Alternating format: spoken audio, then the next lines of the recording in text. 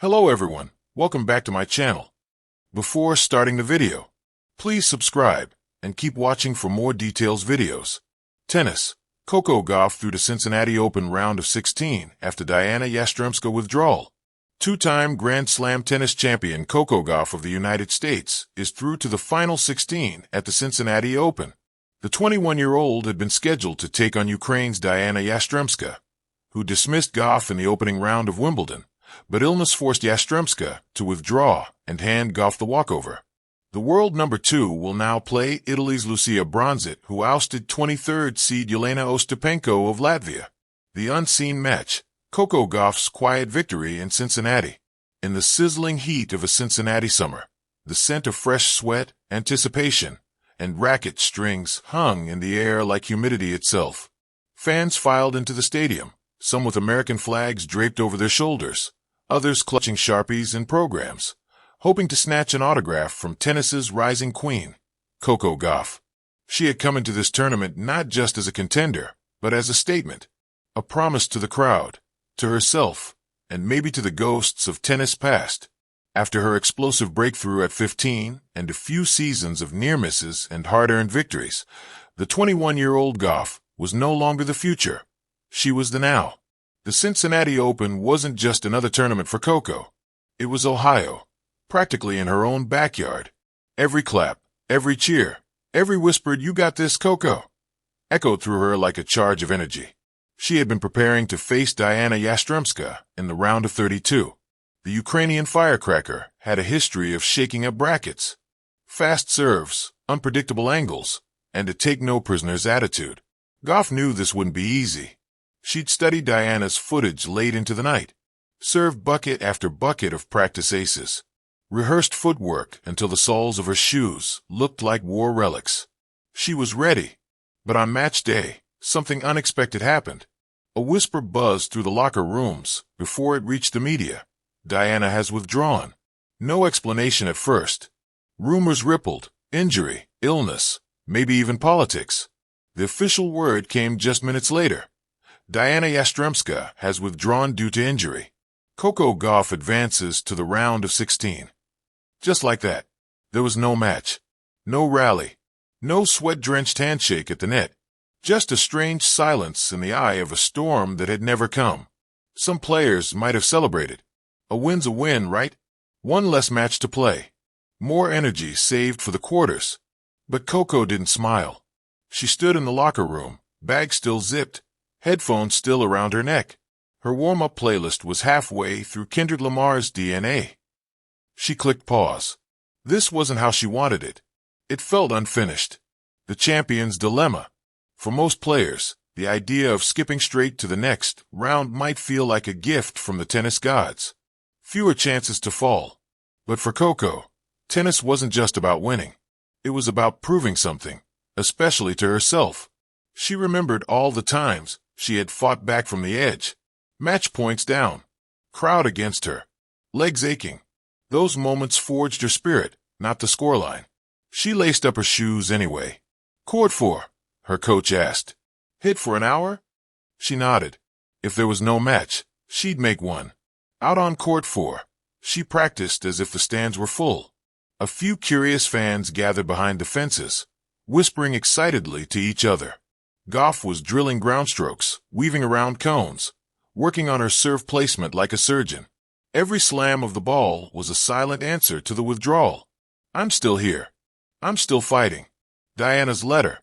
That night, as the sun set in streaks of orange and pink over Cincinnati, Coco received a handwritten note at the Players' Hotel. It was from Dayana. "Coco, I'm sorry we didn't get to play today. I injured my wrist during warm-up this morning. It's nothing serious, I hope, but I couldn't grip the racket without pain. I didn't want to risk the rest of my season. I've been watching your game. You're a beast out there, and I mean that as the highest compliment. I was excited for the challenge. Keep going. Win it all. For both of us. Dayana." Coco folded the letter slowly. There was something deeply human in it. Something beyond competition. The bond of two athletes who understand the grind, the cost, the dreams. She placed the note in her tennis bag. Media mayhem. The next morning, headlines swirled. Gauff breezes through to round of 16. No racket needed. Yastremska out. Gauff gets lucky break. Is Coco's Cincinnati run too easy? Coco didn't like the tone. Luck had nothing to do with the hours she put in, the weight she lifted, the aches she nursed, the nerves she battled. During the post-practice press conference, a reporter asked, "Coco, you advanced today without playing. Do you think this undermines your rhythm for the tournament?" She didn't flinch. Every player has a different path through a draw. Whether it's a straight set win or a walkover, I show up ready. I train like I'm 2 sets down. I prepare like every match is a final. That won't change. Another reporter leaned in. Do you feel disappointed you didn't get to prove yourself against Yastremska? She nodded. This one was honest. Yeah, I was looking forward to it. She's fierce. I like being tested. But sometimes the biggest battles aren't on the court. I've had matches where the toughest opponent was in my own head. The night before the 16. That evening, Coco wandered the quiet city streets with her team. They got tacos, laughed, talked about nothing. That rare gift in a player's life, peace before the storm. Back in her room, she pulled out her notebook, the one she always carried but rarely showed. Not for strategy, not for stats, but for thoughts, for fears, for hopes. She wrote, "Wasn't the match I expected, but maybe that's the point. Sometimes the universe pulls you back before pushing you forward. Rested legs, full heart. Let's make this count." Into the 16. Her next match was against a seasoned veteran, someone who had seen 3 years of tennis and didn't rattle easily. The stands were packed. The air hummed with that unique electricity only tennis could generate, tight, focused, crackling. Gauff walked onto the court with fire in her eyes. She didn't come just to play. She came to dominate. She wore her favorite Nike kit, deep violet and gold trim. Her afro puff bun was tight. Her wristbands matched. Her racket gleamed under the lights. And when the first serve came, it was a thunderclap. She won the first set 6-2. The second was tighter, 7-5.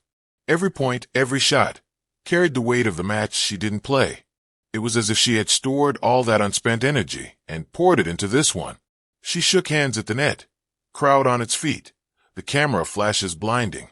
In the interview, she smiled, not just with her mouth, but with her whole presence. "You looked extra focused out there today," the commentator noted. "That's because I missed my match yesterday," she grinned. "Had to make up for lost time." Legacy in the making. As the Cincinnati Open wore on, Coco Gauff's run turned from a story into a movement. Young girls waved homemade signs. Grandmothers and son hats cheered like teens. Players whispered about her momentum in the locker rooms. The unplayed match, Coco Gauff's quiet ascent in Cincinnati. Under the deep August sky of Cincinnati, where the sun hangs heavy and the tennis balls seem to hum through the heat, there's a rhythm that pulses through the courts at the Lindner Family Tennis Center. It's not just the rhythm of serves and rallies, but of hopes, ambition, and momentum building toward something greater.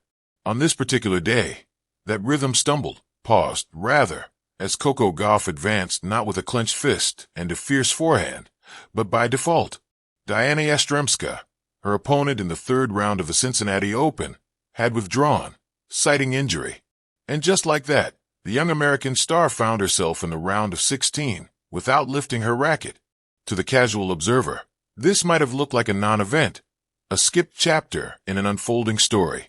But for those who followed Gauff's trajectory from her precocious debut at Wimbledon in 2019 to now, this quiet passage marked more than just a lucky break. It was a symbol of something subtler, that even in stillness, greatness continues to move. A brief pause in a relentless climb. Coco Gauff is only 21, but she carries herself with the wisdom of a player who's seen the hills and valleys of the sport. Her game has matured, more calculated, more commanding. The explosive forehand is still there, and the relentless court coverage, but there's an added layer now. Strategy, patience, control. As the announcement of Yastremska's withdrawal filtered through the tournament grounds, a few fans groaned, disappointed not to see the electric Coco in action. But Gauff, ever composed, acknowledged the situation with empathy. "It's never how you want to advance," she told reporters softly. "I wish Dayana a speedy recovery." She's a fighter. I hope to see her back soon. And that was that. But this wasn't an idle day for Gauff. And empty court, a full mind. Rather than retreat to the locker room or spend the day tucked away in hotel comfort, Gauff walked onto a practice court. No match. Fine. She'd create her own. There, under the watchful eye of Coach Brad Gilbert, she practiced with quiet intensity, shadowing points that would never be played, imagining serves Yastremska might have sent her way, rehearsing her footwork like an understudy waiting for her cue. Around her, the tournament buzzed on.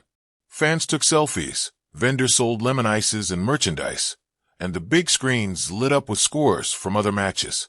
But on Court 7, the sound was different. It was the sound of someone sharpening a blade she may never need, but preparing anyway. Because Gauff knows, destiny doesn't always knock. Sometimes it whispers. Sometimes it waits. Cincinnati as a stepping stone. For Coco, Cincinnati has never just been another stop on the calendar. It's close to home, relatively speaking. The crowd embraces her not just as a player, but as a symbol, a torchbearer for the new generation of American tennis. Serena and Venus once lit this path. Now, Gauff walks it with grace and grit. Coming off a mixed summer, some big wins, some tough losses, she knows this tournament can be a pivot point. The U.S. Open looms. Her title defense in New York will bring pressure, expectation, media, and legacy talk. Cincinnati, then, becomes the eye of the storm, the place to find form, sharpen focus, and, as fate would have it, steal a breather. Gauff may not have played a match today, but her body rested, her mind prepared, and her resolve only deepened. Tennis, after all, is not just played on match days. It's lived every day. Dayana's disappointment, Gauff's grace. Yastremska, too, is a fighter.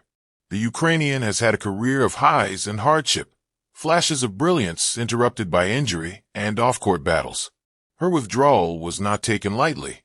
The injury had been brewing, and while athletes often push through pain, the risk outweighed the reward. In another reality, the match might have been a thriller. Yastremska's powerful ground strokes against Gauff's agility could have lit up the center court. But in this reality, it was not meant to be. Still, there was no bitterness, only mutual respect. Gauff sent her a direct message after the news. Take care of yourself. Wishing you a fast recovery. Hope to play you soon. The silent battle. What happens when a competitor advances without competing? For some, it's a lucky break. For Gauff, it's something deeper, a test of discipline. Without the adrenaline of a match, without the rhythm of serve return grind repeat, staying mentally sharp becomes its own battle. It's easy to lose momentum. But Coco doesn't. She knows that tournaments are won not just in matches, but in the in-between. In the way you carry yourself when no one's watching. In the choices you make on a day when you don't have to show up, but you do anyway. She spent the day training, then attending a junior clinic in the evening. There, she hit with young girls and boys who wore wide-eyed smiles and headbands too big for their foreheads. She laughed, signed autographs, and shared small advice.